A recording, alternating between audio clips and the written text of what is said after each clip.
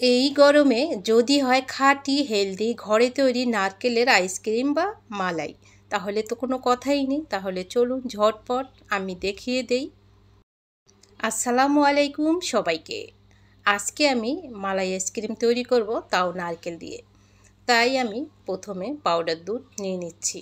এখানে পাউডার দুধ শেষ হয়ে গেছে, তাই ভরে নিচ্ছি।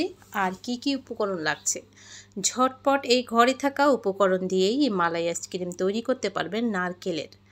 আর এতটা মজার হয়, এই গরমে না খেলে আপনি মিস করবেন।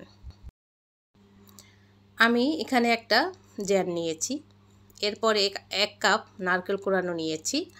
নারকেলটা আপনারা আনামও নিতে পারেন খয়ে, এবং কি করিয়ে নিতে পারেন। তবে নারকেলটা যখন বিট করবেন একটু সাকড়া সাকড়া থাকবে, একদম মিহিস করা যাবে না। 1/4 কাপ দিয়ে দিচ্ছি পাউডার দুধ দিয়ে দিচ্ছি। এরপরে লিকুইড দুধ আমি 1/2 লিটার করে নিয়েছি, জাল দিয়ে একদম ঘন করে নিয়েছি, জাল দিয়ে ঠান্ডা করে নিয়েছি আর কি, দিয়ে দিলাম।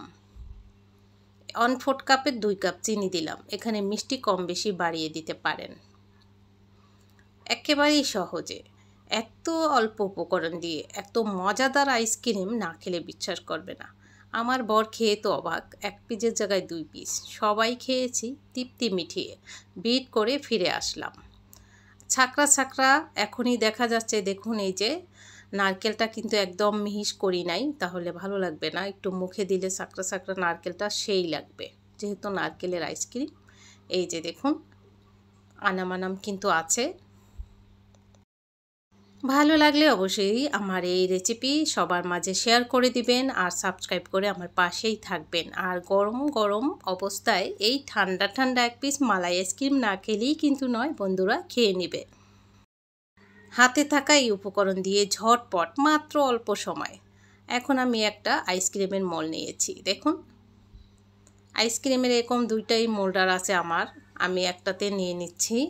আইসক্রিমের মোল্ডার না থাকলে আপনারা কিন্তু ওই ছোট ছোট গ্লাসগুলো আছে ওটা পেতেও, তারপরে কাঠি দিয়ে, আইসক্রিম যে কাঠি খেলে থাকে সেই কাঠি দিয়ে, তারপরে ফয়েল পেপার একটা মুখে দিয়ে ভালো করে গ্লাসে, তারপরে একটু ছিদ্র করে, তারপরে একদম সোজা কাঠি দাঁড় করিয়ে দিবেন, তাহলেই হবে, লটচড় করবে না।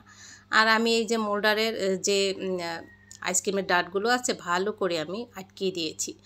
আমি 12 ঘন্টা পর ফিরে আসলাম, 12 ঘন্টা রাখছি ডিপে, তারপরে ফিরে আসলাম। একটা এই যে গ্লাসে পেতেছিলাম, আর সবগুলো এই যে আইসক্রিমের মোল্ডে দেখুন, মাশাল্লাহ গ্লাসেরটা কিন্তু দারুণ হয়েছে, তাই না? তো আপনারা গ্লাসে দিয়ে ওই যে ফয়েল পেপার দিয়ে মাঝখানে একটা ছিদ্র করে কাঠিগুলো মাঝখানে দিয়ে দিবেন, কাঠি লচ্চড় করবে না। আর মাশাল্লাহ কি বলবো, আপনাদের কাছে এই রেসিপিটা শেয়ার না করলেই নয়, যেহেতু আপনারা ফ্যামিলি মেম্বার্স আমরা অনেক সাপোর্ট করেন আমাকে। আর এরকম অল্প সময় এরকম সহজ একটা রেসিপি না দিলেই নয় এই গরমে। তো আমার খাওয়ার পরে দেখুন এই যে আইসক্রিমটা ভিতর থেকে সাকরা সাকরা। ভালো থাকবেন, আল্লাহ হাফেজ।